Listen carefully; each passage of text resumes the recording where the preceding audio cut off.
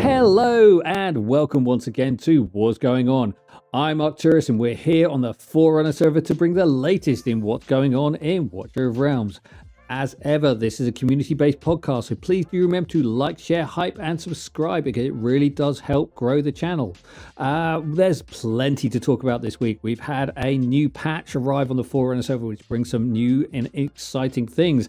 And then there is the drama surrounding Lady Mina, and we will have a good chat about that to round out the episode. If we still got a bit of time, we might do a few summons and see if my luck improves, because I've done some so far, and so far all my luck's been on the divines. But we'll see how time goes, and we'll see what we've got to do. So, Mystical, how have your summons been going? Because so far mine have been pretty rubbish. I haven't done mine yet. I'll probably do mine tomorrow morning. I've been playing around with the patch and trying to do stage 23 of AMR, or at least find something that actually works. So yeah, that's been me at the moment. But, yeah. We'll get on tomorrow. We'll get onto the stages of AMR shortly because there's plenty of reason to do it, and it's definitely a exciting time for those who like to push new content. So first up, it's a minor tweak to Malrik. He's got apparently there was a bug where you could trigger his ultimate to do damage to everyone on the screen, even though there was no one in range. That's now been patched out, so you can't abuse him, which is probably a good thing. Bug fixes are a good thing. Topic of the day. I know it's not always a popular point of view, but there you go. Bug fixes are good. Eumonia, possibly the most underwhelming healer in the ancient pool. She's getting a big rework. So basically, rather than having an erratic dispel that would work on a timer, she's now going to do a dispel on a timer, but during the ultimate, she'll immediately dispel all but debuffs from allies in range, and then reduce the dispel interval from 30 seconds to 15 seconds. Now, as someone pointed out in one of their videos, that actually after she's run her ultimate a couple of times, her ultimate becomes permanent. So actually that's going to be very, very good for certain content where you're getting a dispel every 15 or so seconds. That'd be nice. I think, yeah, good, strong buff she's had, isn't it? I mean, she's good now. That's solid, isn't it? No point in taking someone who can only dispel part of the team every now and again. That just wasn't good enough by any stretch of the imagination. This is good. Yeah, definitely. Then we've got her other passive is during the effect of the euphony, the healing multiplier increase, and then it also increases the bounce of her bouncing, so it does another time, and then increase the healing multiplier on the bounce target as well. So yeah, all good extra stuff in there. They've messed around with her awakenings. They've added final damage reduction, so that's the same as Draylin. So basically it's a flat 20% reduction in the damage, so it gives you more survivability to your team, which is really, really nice. Can make the difference between your heroes surviving or them getting flattened. It's still not unyielding. It's still not global raid regen, but it is something in her kit. So she's not just a dispel unit anymore. Yeah. A3 is going to give her an expanded range. I believe this is the first range. Let's see if they've actually added something to it is. her. Yeah, it is. Yeah. You can see it on the when you go to Awakenings. Yeah. They have actually put it in there, which is quite nice. Ooh. So she's got the old Vortex range now, isn't it? But yeah, I'm sure it is proper. That she gets that breadth of healing now, as opposed to. That was my understanding too, that she was going to get this sort of Vortex, Nerissa, Percy healing range, which is going to make a real difference to how she works. Especially if she's then doing that big dispel, and then she's giving the opportunity to cleanse everyone. Reducing the interval for her dispel unit, dispelling to every 15 seconds. Really, really powerful. And A5, they're going to basically give her the opportunity to give everyone a shield, and it's based on her 50% overflowed healing into a shield equal to 50% of the amount for 10 seconds. So pretty nice. So it's again giving more survivability. And if you're working with any team so watch a Northerner, that could work really, really nicely, because you're then giving someone who's throwing out shields. And there is a new kit which increases whenever you receive healing or receive a shield, so which we'll cover shortly. That could synergize with that very nicely as well. So back to the patch notes. Everyone's least favorite Snow Fox is getting a buff, increasing the number of targets from 8 units to 10 units from Lynx for her ultimate, and increasing the duration from 8 seconds to 12 seconds. It's a nice bit of control. Her damage multipliers are still quite low. However, they're increasing her big strikes from 2 to 3, and they're adding in an effect where when the Frost Shatter passive attacks, doesn't attack, it will trigger a pursuit against all enemies in range inflicted with Winter's Bite or Freeze, and her ultimate does an awful lot of Winter's Bite and Freezing. So that's an opportunity for her to put out a bit more damage on the pitch. I haven't had an opportunity to test it because this came out this morning and I've been quite busy. But yeah, something for her, but she's never going to be the greatest unit. Nice buff for Solcadens. Solcadens now has a buff to his Lord skill. His Lord skill, during the effect of his ultimate, which is during Hellfire Emperor, deals 40% extra damage to shielded targets and increases the effect duration from 15 seconds to 20 seconds. Hell Breaks Loose, which has an extra effect to the Pyroblitz. After hitting the target, can bounce to one target within 2.5 tiles, dealing 40% of the original. And now adds, when deployed as a Lord, he will add faction burning immunity. So that could be really interesting. That could suggest that there are Malrik stages that are going to have global burning. It could add some more survivability in Abyss. It could add more survivability in lots of other things. Are they pushing him and the faction towards Abyss, are they? Do you think that's where they're going with this? Well, I mean, he's a strong unit in Abyss 1. Yeah. And he's got the addition to the shield now, hasn't he? When we get onto it, his exclusive ties into this quite nicely as well, doesn't it? It does indeed. Yeah. So I ran my auto this morning for Abyss and Nightmare 4 and Nightmare 3.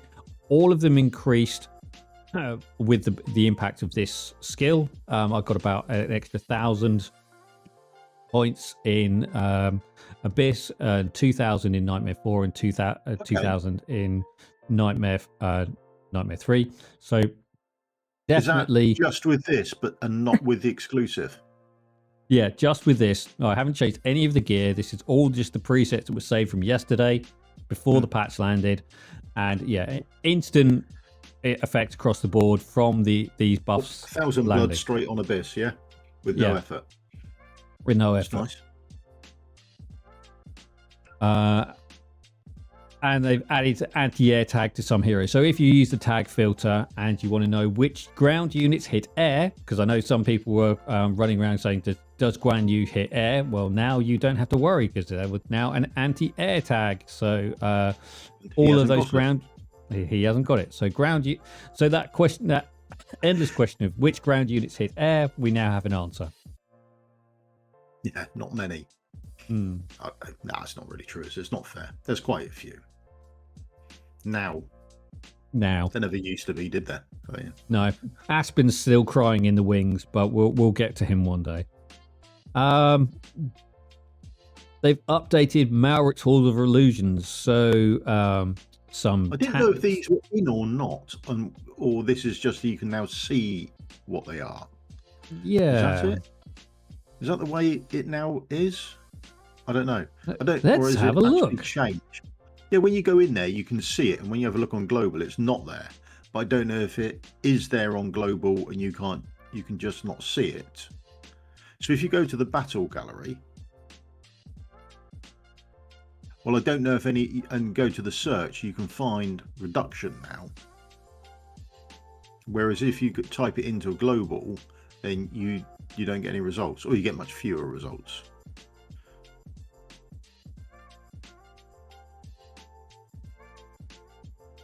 So it's these ones, gains P damage reduction. Yeah. So I don't know if it is in global, but you can't see it or search it, or it doesn't come up as a modifier, or it's not actually in there and these have been added. I don't really know which way around it actually reads.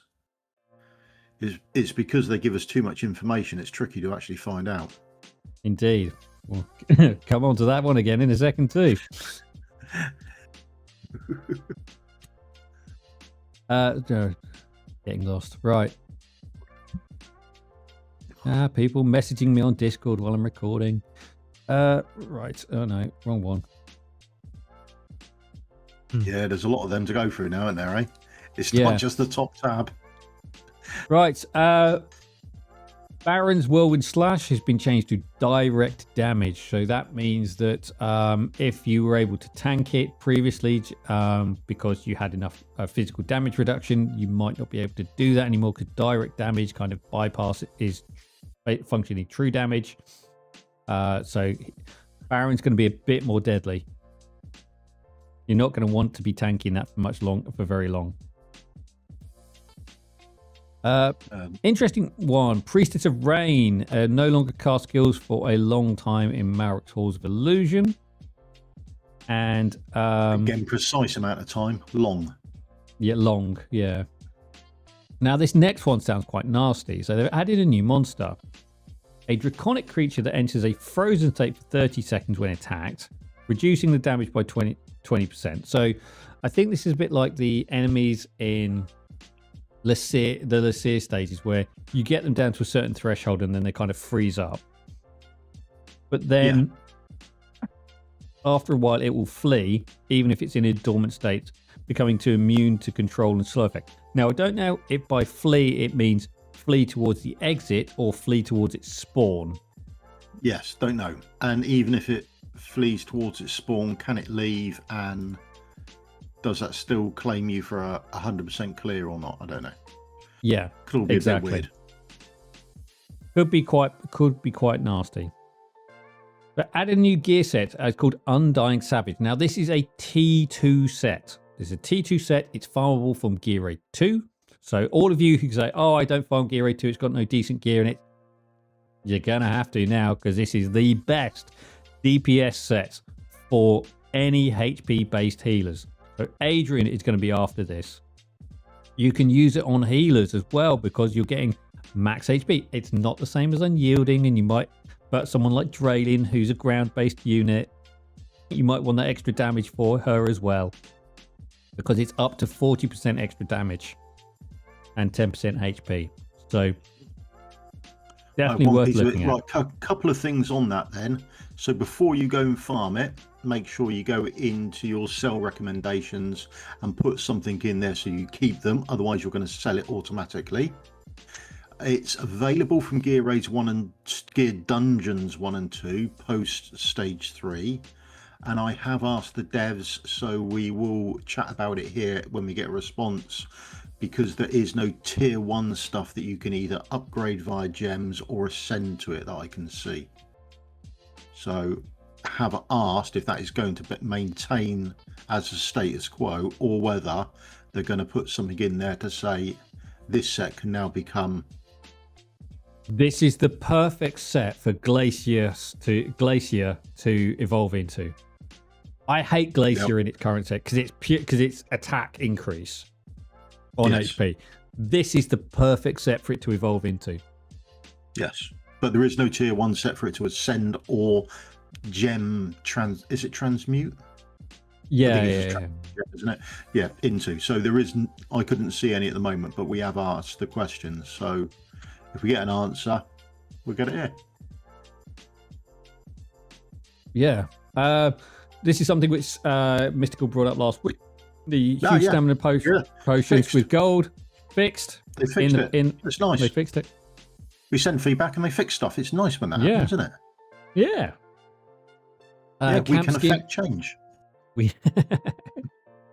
Well, my name is Mud amongst Dragonshire at the moment because I campaigned for them to change the Gladiators Gauntlets map for season 12, and apparently they don't like the map they've been given. So they did change it then, did they? They did change it.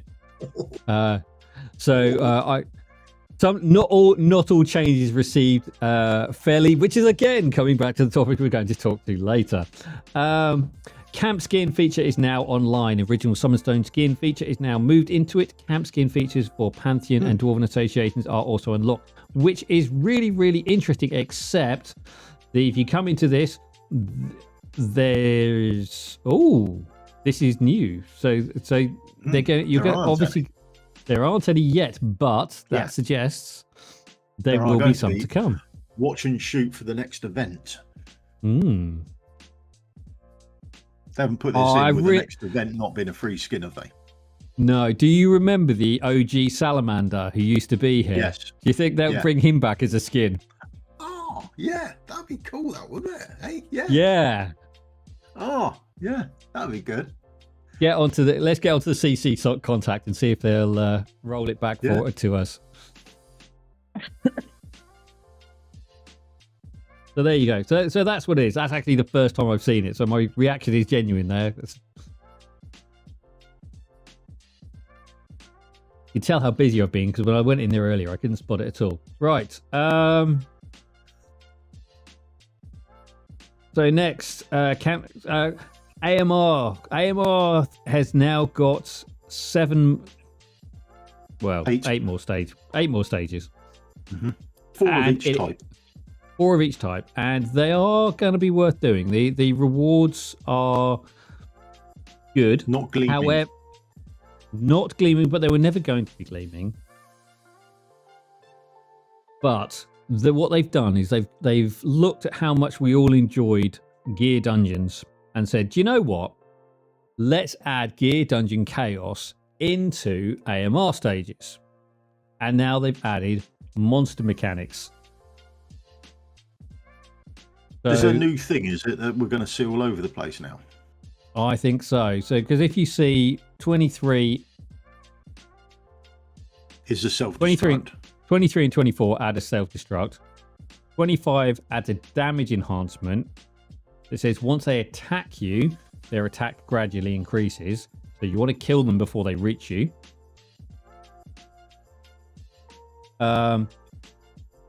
26 has got an attack speed movement, so that's fun for the.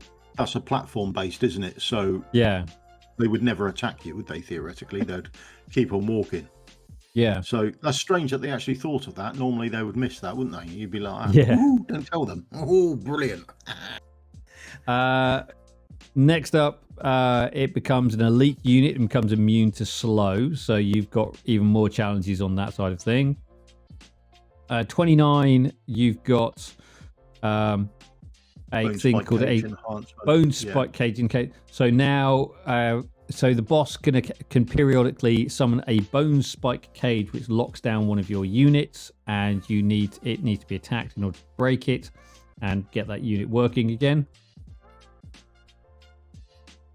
And 30 is the same. 2 instead of 1, can't he? So that's it. But the rewards now go up between 18 and 30, so you're looking in average around 24. The stones still go only up to 4. There's more chance of getting void cores, more chance of getting the demon captains and higher numbers of them. And the energy cost has remained the same. So you're going to want to try and push these as best you can. Because at the moment, if you're farming 22, you can only get between 5 and 14. So you're sort of averaging 6 or 7 for 24 energy. 23? 23, it jumps between 10 to 20. So again, you're basically doubling that just by going up one stage. But the stage is twice as hard. The stage is very hard. I've had a few runs of it today, and I just can't quite work out how to manage the lower lane with the boss. He keeps coming back on me, which is a bit annoying. Are you doing all right on the top lane then, are you? Top lane I've got managed completely. I've got Nazar and Draylin managing the top. The middle... Okay, Nazar and Draylin at the top. Middle you're using... I'm using Valara, and then if I need, and then I drop the Rosalia in behind her later on, so that they can kind of alternate between each other to manage that. And then just down the bottom, I just can't quite manage the boss yet. And the challenge here is to take out the boss. You don't have to worry about the minions; you just have to stop the minions escaping. But the boss has got all sorts of funky mechanics, doesn't he? He does loads of stuff. Yeah. He does all sorts of evil things. Let's just pull up his stats. So every 20% of health going. He goes unyielding, so you can't do any damage to him, but you still take it. And then he does this massive AoE. So you either need someone like King of the North up there or a healer up there to actually heal everyone and keep them above it, so they can all take the AoE damage, or remove everyone and then replace. Then he does his mounts like Cage, which is on the furthest hero. They go into a cage, they can't do anything, and you can't remove them off the battlefield either. So you either need to attack the cage or wait the 10 seconds. The Devastating Strike is not fun either. You need to heal through with whoever is attacking the boss. Now, the funky thing about the boss is this next thing, this Polarity Bulwark. So if you attack him with physical damage, he then becomes immune to magical damage. So if you then attack him with magical damage, he then becomes immune to physical damage. Now, if you attack him with both, he will then become immune to both types of damage. Yes. So you have to either pick a physical damage on the boss, or you have to pick a magical damage on the boss. Single target and way around it. You can't use Falcia, for example, because that would mess you right up. And then you can't use Pope's AoE all over the map if you're using a physical target on him, because if one of those hits it, then he becomes immune to everything as well. Oh, and then he has a big shield as well, so if you don't break the big shield, the undead shield on him, he then heals up for it and becomes unblockable and just moves past you as well, which is a bit of a nightmare. But apart from that, he's just immune to all CC as well, and including slow. Other than that, doddle. No, it's fine. I mean, people have beaten it. I mean, some of the guys in my guild have, in our cluster have got to 25. They say that the platform stages are a little bit easier, but they're still quite challenging. So far, no one's beaten 30 yet. Looks like we've got 25 is about as far as people have got so far.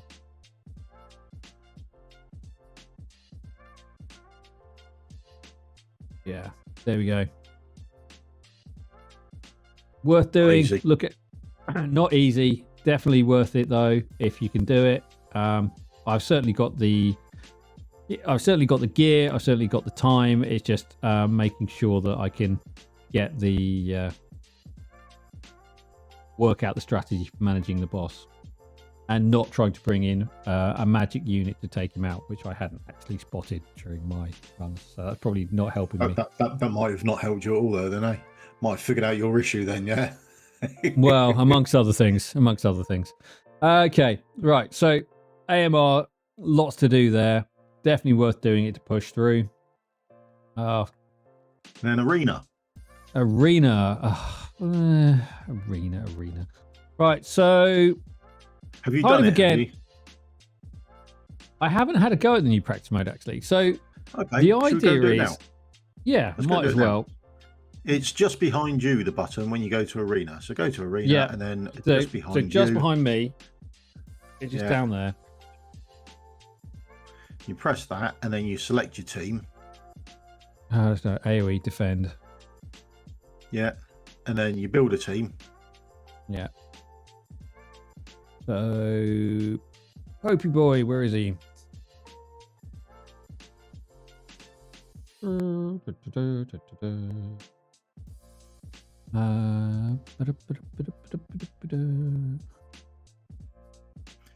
Yeah, that would do, yeah.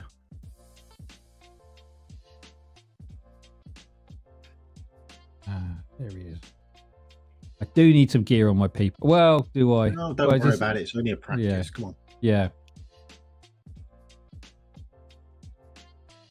So Lara's going to handle it all. You run your practice one up as you normally would, and then you can save it, and essentially you can then afterwards come back in and attack your own practice one, which is a nice idea, I suppose.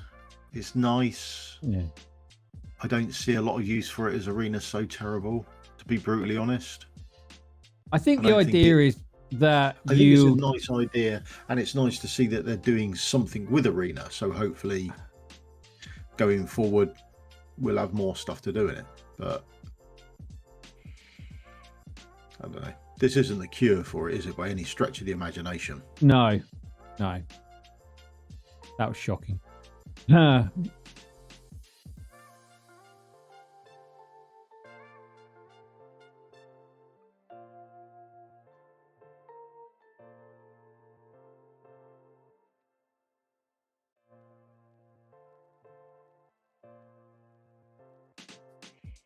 So this goes, and I guess it kind of like helps you with the timings, so that you know what's working, how your defense is working, and gives you a bit more of a real feedback over the grand scheme of things. Yeah, maybe. It's nice to see what your defense is failing at, isn't it? Or where it's not working, or what trips it up. Yeah, but you can kind of get that from the replays. I don't know if Arena was, I don't know, I want to say worth doing, but I don't know, is that fair? Yeah, I think it is, yeah, because it's terrible. So because it is a nightmare to actually bother to, and the fights take so bloody long, particularly if you want to climb Arena or do something with it. You've got to spend quite an amount of time doing Arena to actually get anywhere with it. Yeah.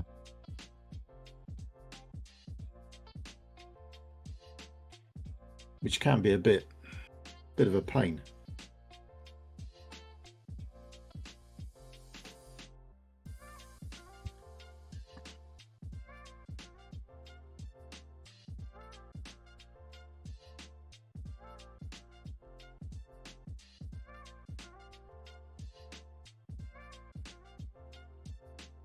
So this is all now on auto. We'll see how this fares, whether it actually survives the remainder of this match. And then we'll set my Arena team against it. Which it should theoretically do. Yes. You're going to find out you're going to lose against it now, yeah? Your ungeared one. Well, it can be that because there's these stupid problems the game has with low BB teams and them having an easier time with it versus geared teams. Is that what people do, is it? On defense, yeah.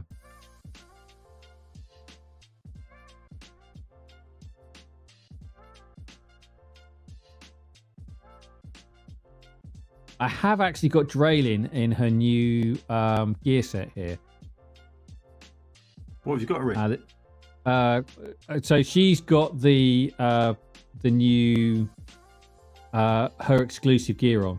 That's a fail. Oh, anyway, you done some forging today then, did you? Yeah, I went heavy on forging because I wanted to see if I could get any. I did manage to get hers. It's not the greatest piece, but anyway, so we'll quit that. We'll save it, and then we'll just have a quick look at what it is. I think Erling is it Erling Shang? Is that how it's pronounced? Erlang has got a, which is a really nice. Really nice.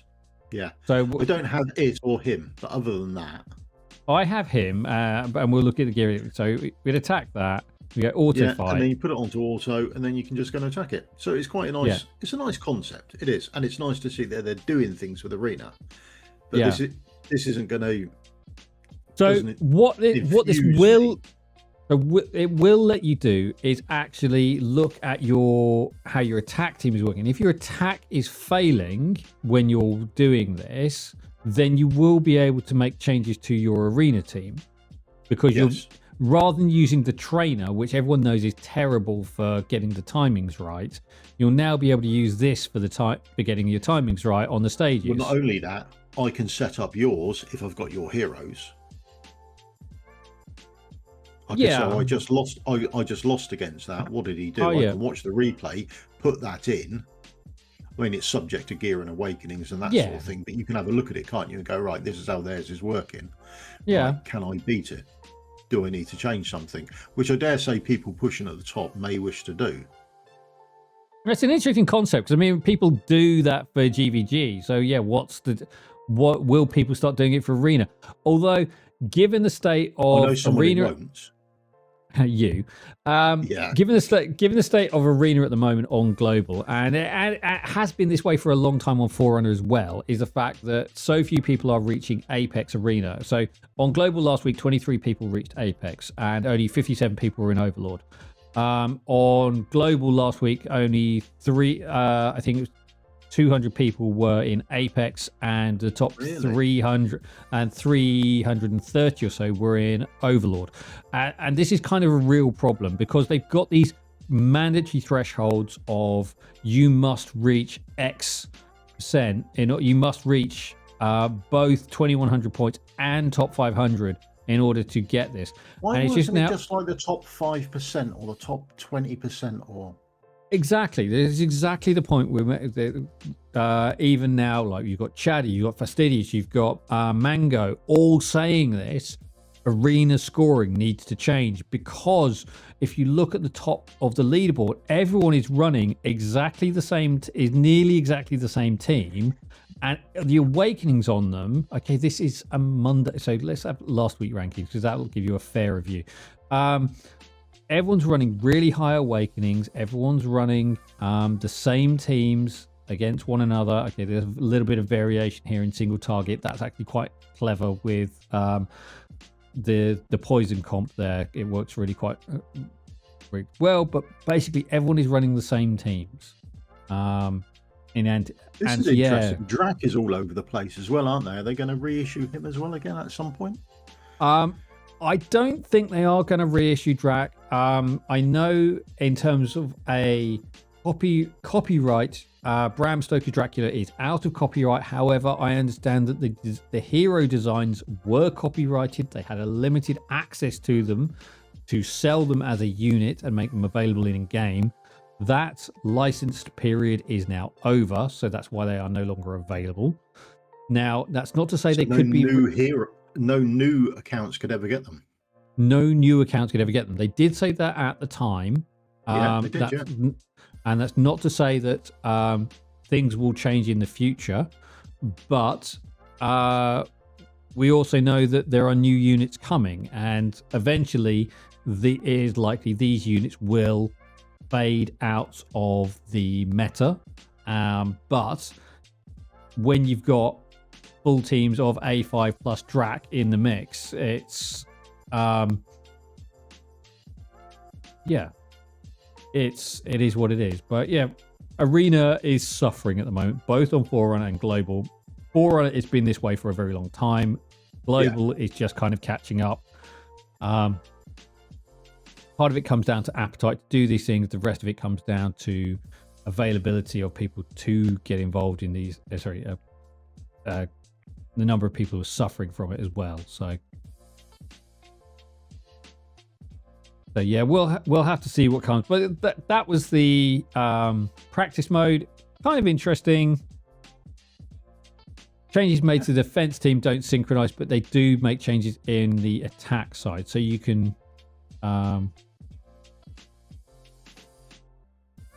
yeah, they changed the wording here. They did say that on when they originally loaded the patch notes up on Discord, there was I think a third bullet point that said you could if you update your attack during the defense testing, you'll be able to upload that to the corresponding arena mode. So. Oh yeah. So yeah, those are the patch notes. So that was we'll have a quick look at the exclusive gear, the new exclusive gear, because it's worth all looking at and worth having a quick chat about. So first up, we said we'd have a look at Undying Savage, which he's not going to let me look at because it's a pain in the arse. Raids. Here we go. Undying Savage. So this is it.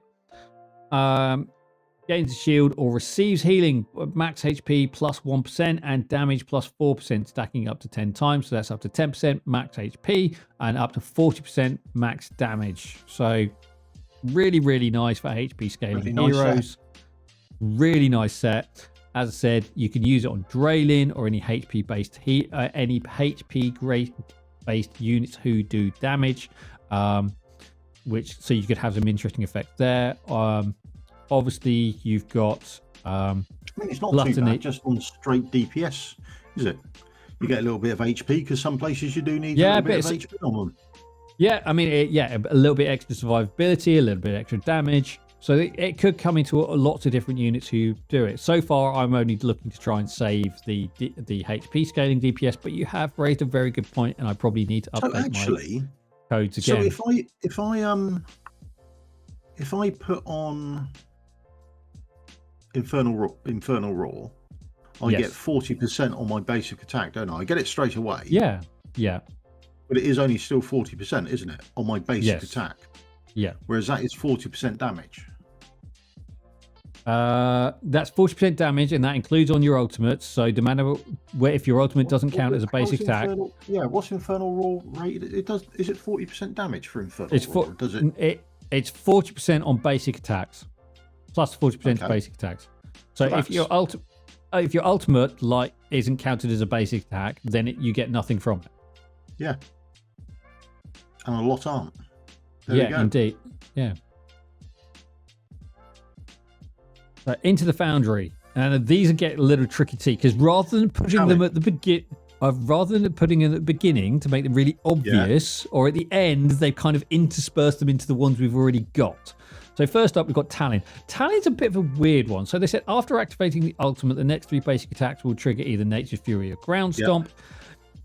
I don't think this is a massive buff to her, especially on the Ground Stomp side, because they'd already updated her kit, so as soon as you activate her ultimate, the first time she does her first attack is going to be a Ground Stomp. So you're not gaining that much by equipping this kit. So unless you're only getting 2. You're only getting 2 extra on this, which, I mean, yes, 2 extras is nice, but it's not as good as it is for the Nature's Fury, which is really, really nice because now you're getting 3 cleanses off the bat. So yeah, really, really good. I think it's a nice piece of kit. Extra Ground Stomps, very nice. But does this include the one they've already included, or is it just is it going to get overwritten? So you're not going to get that extra one. Yeah. Lord Phineas, this is a really, really nice one for anyone who's struggling in that. Not a Lord, fair enough. LP then for Mystical, who's feeling spicy this evening. When casting the ultimate, each stack of Viscount's Flame, of which you can have up to 5, extends the duration ultimate by 2 seconds. So he can increase his ultimate by up to 10 seconds. And sometimes if you've been running him to manage the magic clones, you'll find that he did, for whatever reason, if you're doing an auto, he decided not to kill off the magic clone, and then they exploded, taking everyone out. Now, this is going to be really, really nice because you're going to extend that by the number of times other units in his faction have run their How long ultimates is the off. shield and the weakened phase in Abyss? Is it longer than 20 seconds? It's about 20 30-second ultimate. Yeah, so you'll be able to, ultimate, won't it? yeah, so you'll be able to do the extra damage into the vulnerability phase of the Abyss as well. So again, that's probably where I picked up some. Oh, I didn't have this kit, but yeah, again, an easy place to pick up some extra damage in Abyss. If you've got it on. If you're running him, you just slot that on and you're getting another 10 seconds of ult time, aren't you? Absolutely. Always nice. Really nice. Draylin. Draylins is really, really nice. So every time you get extra stack of Draconic Vigor consumed by her ultimate, the healing multiplier increases by 20%, and the shield conversion rate increases by 20%. She can have up to 5 stacks of Draconic Vigor, so that's up to 100% healing multiplier and 100% shield rate conversion. So really, really, really good. So add a lot of survivability to teams running Draylin. That is why I made the change to include this piece of kit on her, even though it's not the greatest piece, because if you can run it and you can get those shields popping, the survivability from her is going to be really, really good. That's it for the 2-part set. The 3-part set does get more interesting. So first up, as you can see right at the top here, we have new exclusive for the Supreme Arbiters. These are 5% attack and 5% max HP. Not necessarily the best piece of kit for heroes. Definitely going to be the best for Arbiter exclusives. So only if you're... So Pope, obviously, this is going to be the best piece for him. More attack, more strikes from his final verdicts, etc.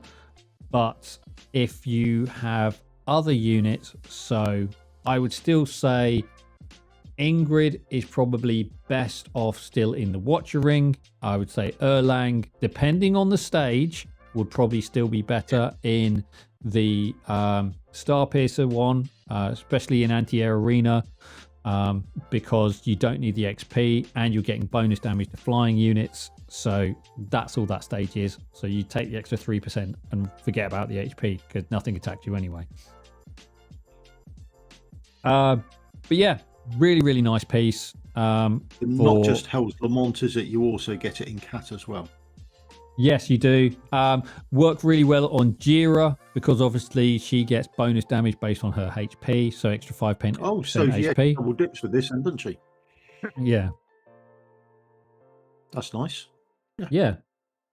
Chaos Dominion. So Chaos Ring is really nice. Again, when health HP drop below 50%, damage increased by 12%. This is going to be this on set. Every Drak going.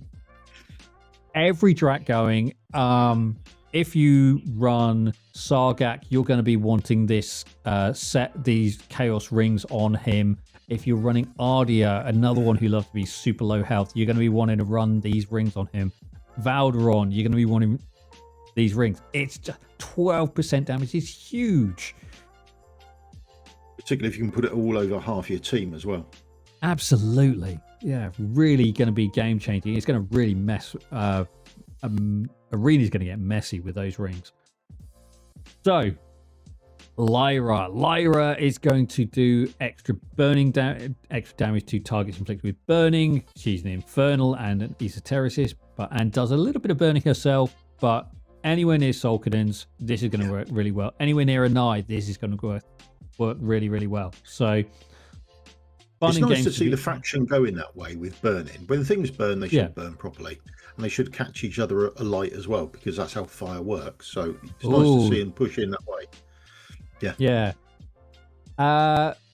Solcadens. So fiery essence damage increases by an extra 40%. We'll just pull up Solcadens kit in a sec just to make sure we understand what that means. And during the ultimate, he can summon up to 4, can't he? And then during the ultimate, they do 80% damage, so you're getting another 40% on that. 120%. Yeah. I mean, 120%. Because he can pick up 4 of them, can't he? Yeah. So actually he gets 4 of them, so you're getting an additional 160% damage if you pick up 4. I don't know how easy it is for him to summon them, but there you go. Yeah. It's really, really nice. Or it looks it. Yeah. That's it in the Hell's Lament. Then again, we've got the same 2 pieces to start with. Yep. Then we move on to the nicest piece in here. This is really, really nice. So his Celestial Howling Dog deals an extra 25% damage. That synergizes really, really well with his artifact. Or you could, in fact, decide to skip his artifact and go for a different artifact looking for this to get the buffs on his dog and do other things with. But anyway, so you could go for this piece. And you get, every time the dog deals damage, you get Erlang attack increases by an extra 4%. This does not say it is capped.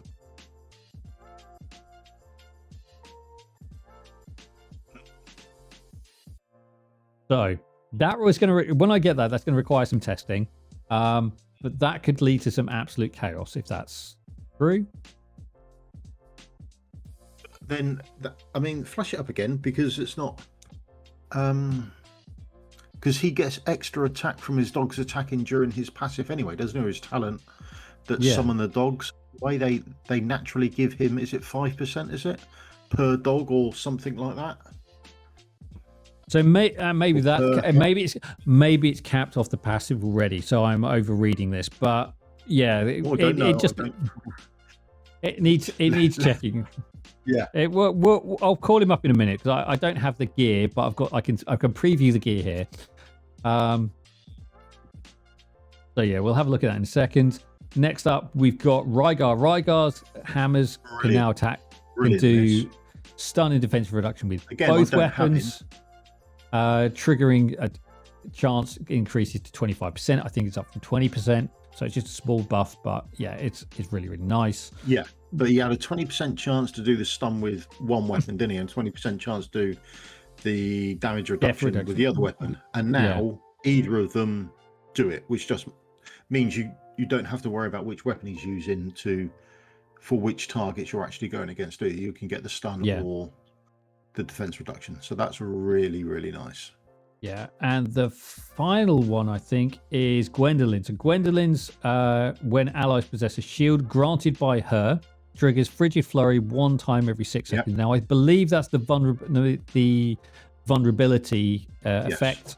So that goes on for 9 seconds, 8 seconds, I think it is. Yeah. It goes on basically 8, permanent. So you should keep this on all the time. Physical vulnerability. Theoretically. That's really, really cool. Really, really cool. So we're going to have a quick look at Erlang and Solcadens. No. Was there someone else in Wings of Grace? No, it was her. Sorry. I'm an idiot. Yeah. No, it's her. Sorry. Yeah. Maybe worried there for a second because I've been through that list so many times today.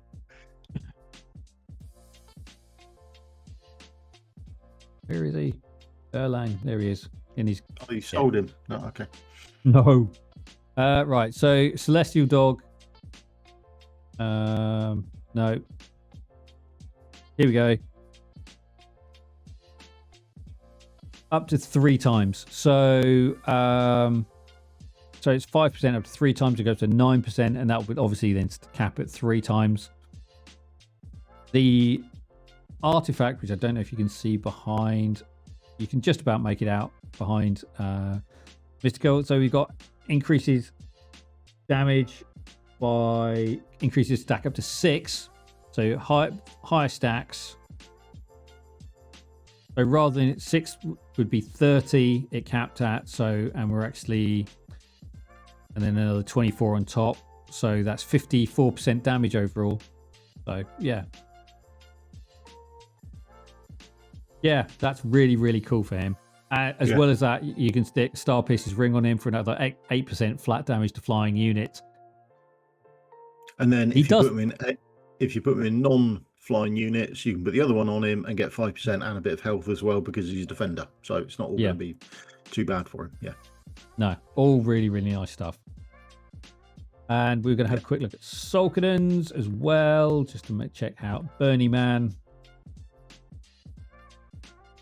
So there we go, and it's the...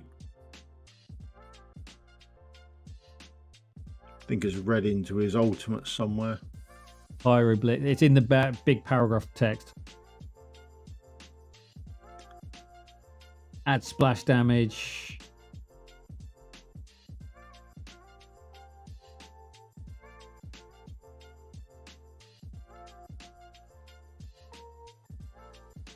Oh no, fiery essence. Each one stacking up to... Yeah. Yeah, there's a 20% chance to gain 1 fiery essence, stacking up to 4. During their next ultimate, every fiery essence deals 80% extra damage. So do they do nothing whilst you're summoning them beforehand? No, they just kind of like float behind his head, and you kind of like see the little flames cropping up. And then when he does his ultimate, they go like little fireworks across the pitch and hit the target. Well, they're going to hit the target for an extra 50% worth of damage now. Yeah. Because of the chuck on yeah, that's quite nice. And he's had a buff as well, which is nice. Yeah. All going well for him, isn't it? Yeah. Yeah. Because he was the weaker of the two. Oh no, he wasn't the weaker of the two lords, was he? No. No. But he's... They buffed the stronger one. Well, they buffed the ancient one.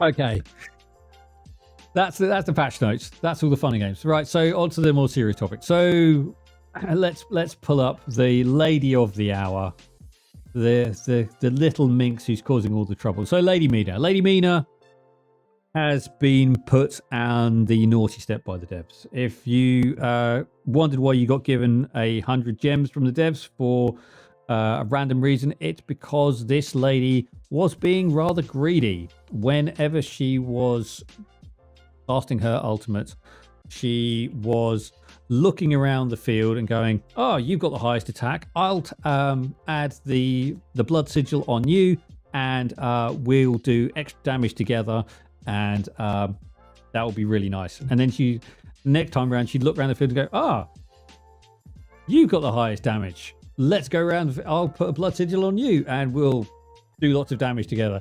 And then she'd do this again, and you could cycle it. People had basically found a way to get her to do over 1 billion damage in Matrix, and the devs spotted it and like, no, this is not working as intended. And they went off and they did some tests. Or they did an emergency patch. On Forerunner, it was rolled into the patch we were already having. On Global, it was an emergency patch that was rolled out on Thursday night. And basically, the devs broke this down, and you could find by delaying the deployment of units, you could get her to keep doing more and more damage. A guildmate showed me a screenshot where he got her to do over 3 million damage on per strike in Gear Raid 1. And that's Gear Raid 124. So, which is handy. Which is handy. Let's be clear, this should not affect if you had been able to use the Almighty Sword Lady Mina Beelzebub A3 for Gear Raid 324. This is unaffected because it was only pulling the damage increase from Nazar. So that is unchanged. So what they've done at the moment is they've basically done this emergency patch where they've scraped her back to how she should be working, which is targeting 1 unit and then scaling from there. And this has had a big impact on the damage that she's putting out. I have lost about 8k damage in my Matrix run on physical, but I'm probably gonna have to manual it anyway because the timings are all screwed up now. We'll pull some shards in a minute, and you might have to do it again anyway because you could have a brand new spanky Lego. Yeah, maybe at least one. Have an A5, yeah. Not in 300, given how I've been pulling earlier. So. But the devs are taking it on board. They are going to run a reset event for Lady Mina. So this is an opportunity for you to throw her in, get everything reset. If you put a soul stone in her, you'll be able to get that back. And they have said they are looking at potential things they can do to buff her. I understand they've contacted a couple of people who are who are on the test server and said, "What are your opinions on that?" I sent my comments in as well because I knew they were looking, and I basically said, if you've done this, double her attack so that she's got a higher base attack, because that means she'll scale better, and then use the matrix damage effects to our benefit. So in the bulwark phase, you make sure that they've got heavy armor, so that the magic units are doing more damage against heavy armored units. And then in the spellbane, they've got light armor, so you're doing extra damage to them, and it gives us a faction wide buff then, because it makes the star piercer slightly more viable in that phase. Yeah, it makes Erlang a little bit more exciting to use in there, because he's got a good range. He could do some fun stuff in it. But he's got enough at the moment going on with his exclusive. Okay, I'm looking at he honestly, now if we get him to get light armor on those minions, Erlang Shen is gonna wreck a wreck matrix. He's gonna love it. 5 units at a time, bang, bang, bang, bang, bang. Yeah. Massive 20% vulnerability across the board. Yes, please. I'm gonna start writing in. Don't do what he said. Don't do what he said. He's just out for himself. Dear. Anyway, so yeah, I first of all, my hot take here. My hot take. It's good they fixed the bug. Okay. Caveated by, it's bad it took them 2.5 months to identify the bug post the rework. Speaking to someone today, they believe this bug has always existed in her kit and it was never found. It was never really found until now. Yes. This is one of the things the game does really badly, in my opinion.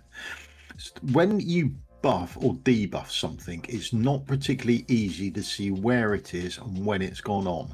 It's not always the clearest in this game. Other games you seem to see the mob and they have that definite icon above their heads and you can really see it, and I don't think the game does this particularly well. If it had done it, you'd have noticed this right off the bat, because you'd have seen, oh, they've got it, all right, what's going on here? And you'd have said, oh, hang on, this doesn't seem right, this isn't how isn't working as I read it. You'd have noticed it straight away. But there we go.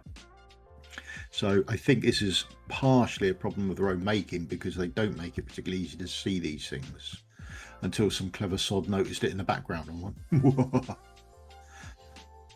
yeah. And honestly, this bug, because it is a bug, it was a bug. Semantics, read it any way you want. A code not functioning as intended, hero not functioning as intended, it's a bug. Soulbound Arcana. Soulbound Arcana is one that the devs could look at fixing, but they just don't want to, because it's so ingrained in the community. It's so ingrained in the community. It's still a bug, but it's a kind of a globally accepted bug, and one that they're just not interested in fixing. But this was a bug because people had broken 250k in Matrix, and they didn't want people to have done that yet with a unit that was buggy, because she was doing so much damage, and they were doing it by exploiting her mechanics. And anyone new to the game can't get her. Indeed. So you'd have all the old accounts up here and all the new accounts right down here. Yeah. So there we are. That's the Lady Mina situation in a nutshell.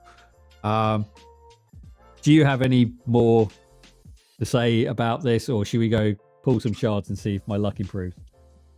I think it's good that they fixed it as quickly as they did, and the only thing is they could have been a bit quicker about the second post as opposed on the first one. Yeah. So when they were doing it, they could have been a bit quicker about that, but they were relatively quick, and they went straight on to say we're going to do a reset event for her. I know everyone had their fingers crossed and thought, oh, reset book, that's handy. I'll keep her and chuck the book where I want. But yeah, they've seen right through that, haven't they? And yeah, they're just doing an event for her, But we can hope, can't we? Yeah, and as I said, it still works. She still works in Gear Raid 3. If you're using her in Gear Raid 3 to do clever things to take on the right-hand side, she's working fine there. It's just in Matrix where she wasn't working as intended. She was being greedy with how much attack and crit damage she was pulling in, and she was just scaling insanely, and you were getting crazy damage numbers out of her. So nice. It's nice to see big numbers. It is nice to see big numbers. Yeah. So, right then. That's how we go. In the end, I went for Beelzebub. Someone raised it as a good in my comment section last week as a suggestion, and I realized that if I'm looking to boost my Matrix scores, Beelzebub is the way to go because he has a direct impact across the majority of my team in the Bulwark form, and Guan Yu should hopefully help me in Spellbane. So, what is you got in at the moment? What is he? My Beelzebub is A0. Yeah. Oh, okay. So I only got him about 3 weeks ago. Oh, cool. Yes, you did. I keep forgetting, don't I? Yes. You didn't have him for ages, did you? Didn't have him for ages. So, right. Yeah. I had a bit. So it was like what 10. So was it beginning of the month? Ago. They did an event, and I just did I don't know why I did it, and I got a double pull. It was like, whoa, that came out of nowhere. And then last week I was just doing a random 10 pull on the 1+1. I pulled another double with Leia on the +1, which is really nice. And Narissa Ray one as well. So I went into this week with absolute starting from scratch. Divines have been really good. They gave me an Esbrin who already had A5, so that's Awakened coins. That's always nice, and it got me my Torador A5. So, and they're improving the soul stones in the shop allegedly, aren't they? Apparently, yeah. They're still really expensive though, so we'll see what comes of that. But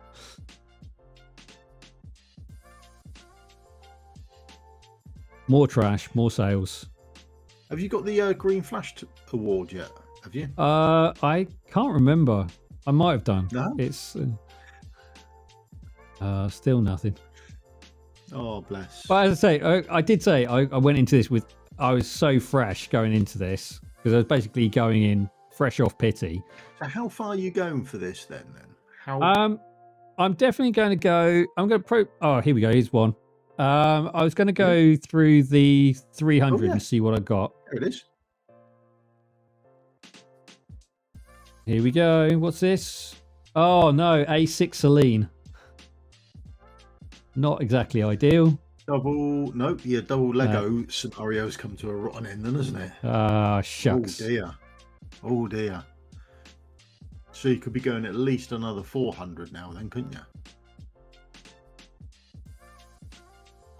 Well, I don't want to go too deep because I mean they've been dropping hints about what's coming after this, and I'm hearing more and more hints. A new limited is on the way. So while it's tempting to go all in and burn my 18k diamonds, I'm a little bit reluctant to do so. So definitely going for an A0 Guan. If I could get... But the problem is, if you get another legendary and it's not one of those, you have to go the next one, don't you? Because then it guaranteed is. It's all a bit of a nightmare, isn't it, eh? Yeah. Worst possible scenario. I heard everyone saying today they've had amazing rates, and I'm looking to have shocking rates. So obviously, streamer luck, go. That was nice, wasn't it, eh? Cool. Plenty of rares so to top up the coffers, but got to pay your rare tax, haven't you? Hey, yeah. But I mean, I'm not like pulling Azors and Cratches, so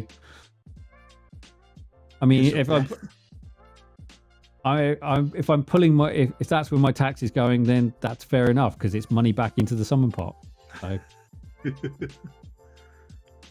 Right, let's have a clear out. Let's get some blues out of the way, and we'll come back to this. And this is shocking. Really? I'm pleased that someone else is going through the same as me. It's nice.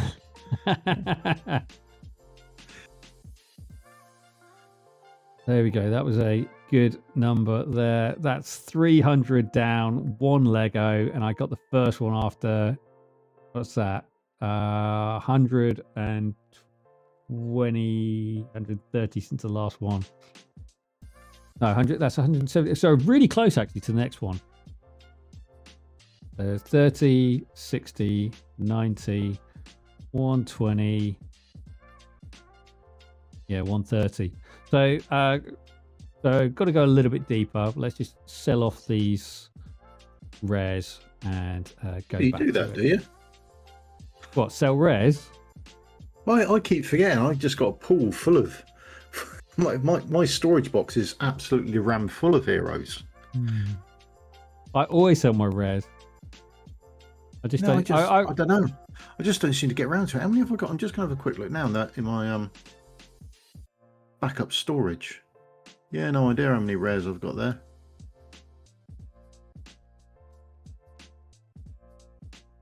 Oh, this is dire. So that's 30, 40. 416 rares to go. Yeah. Oh, geez. Got just lying around in the backup storage for a rainy day, just in case fund. Just in case fund. Yeah. There we go. Never know. This time is the next one. Yeah, it's this one. What we got? Oh, something. Azza. Here we go. Oh, congratulations, mate. Well done. That's A0. Woo! There you go. That's good news, isn't it? Yeah.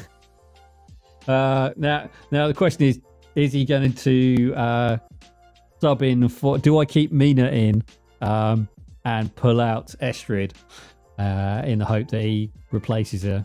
So. Well, I don't have him, obviously, and I don't have Adrian. So, yeah, I will be getting one of those two this weekend, which would be nice. Yeah. Just do another couple, just see if there's anything more. You never know, do you? You never know. Never know.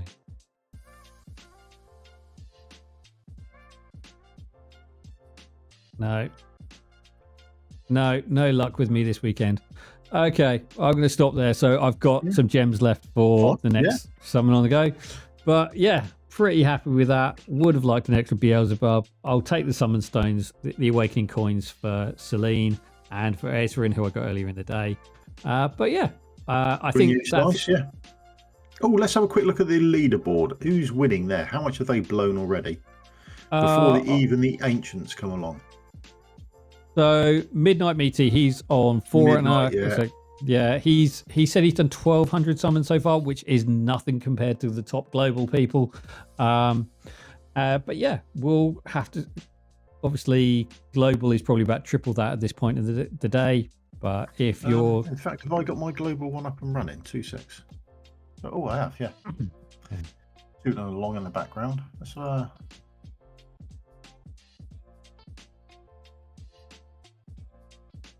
Oh, how much did you say?